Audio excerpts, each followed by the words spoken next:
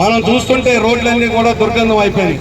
మీరందరూ కూడా రోడ్లలో కాలువల్లో చెత్త చెదరం ఎంత దుర్గంధం అంతా ఉన్నా కూడా చేతితో ఎత్తి క్లీన్ చేసేటటువంటి పరిస్థితి.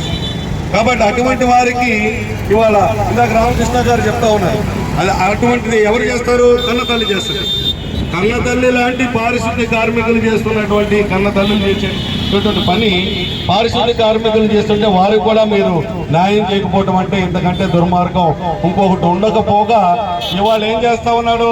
ప్రత్యామ్నాయంగా కొంతమందిని తీసుకొచ్చి ప్రత్యామ్నాయ వర్క్ చేపిస్తా ఉన్నాడు. కాబట్టి భారత కమ్యూనిస్ట్ పార్టీ సిపిఐగా చెప్తా ఉన్నాం, కార్మికులు ఆందోళన చేస్తా ఉంటే కార్మికులు వారి న్యాయమైన డిమాండ్లు నువ్వు చెప్పిన దాన్ని పరిష్కరించమంటే నువ్వు ప్రత్యామ్నాయ కార్మికులు ప్రత్యామ్నాయంగా కొంతమందిని తీసుకొచ్చి చేపిస్తే రాబోయేటటువంటి 3 నెలల కాలంలో నీకు ప్రత్యామ్నాయంగా ప్రజలందరూ కార్మికులందరూ కూడా వేరే ప్రభుత్వాన్ని ఏర్పాటు చేయాల్సినటువంటి పరిస్థితి వస్తుందని చెప్పి ఈ సందర్భంగా కార్మికులుగా మనందరం కూడా ప్రతిని పోనాల్సినటువంటి అవసరం ఉంది. అవునా కదా?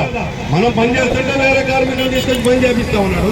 మరి ఈ రోజున ఈ ప్రభుత్వానికి వ్యతిరేకంగా వేరే ప్రత్యామ్నాయ ప్రభుత్వాన్ని తీసుకొచ్చేటటువంటి దానికోసం మనము మన కుటుంబ సభ్యులు మన మాట వినేవాళ్ళని అందరినీ చేస్తూ జగన్మోహన్ రెడ్డికి ప్రత్యామ్నాయం చూడాలా లేదా? చూడాల్సినటువంటి పరిస్థితి వచ్చింది. అందుకనే ప్రభుత్వాన్ని డిమాండ్ చేస్తా ఉన్నాం.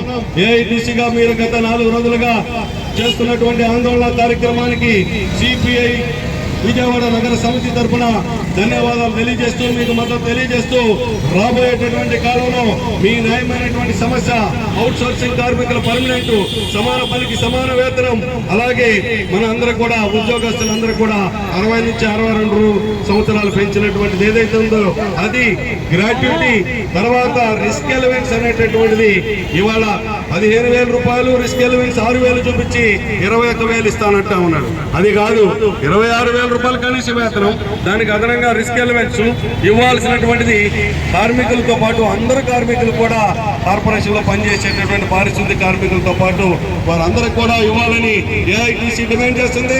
ఆ డిమాండ్ అనుగుణంగా రాబోయేటటువంటి కాలంలో మన పోరాటం ఉంటుంది.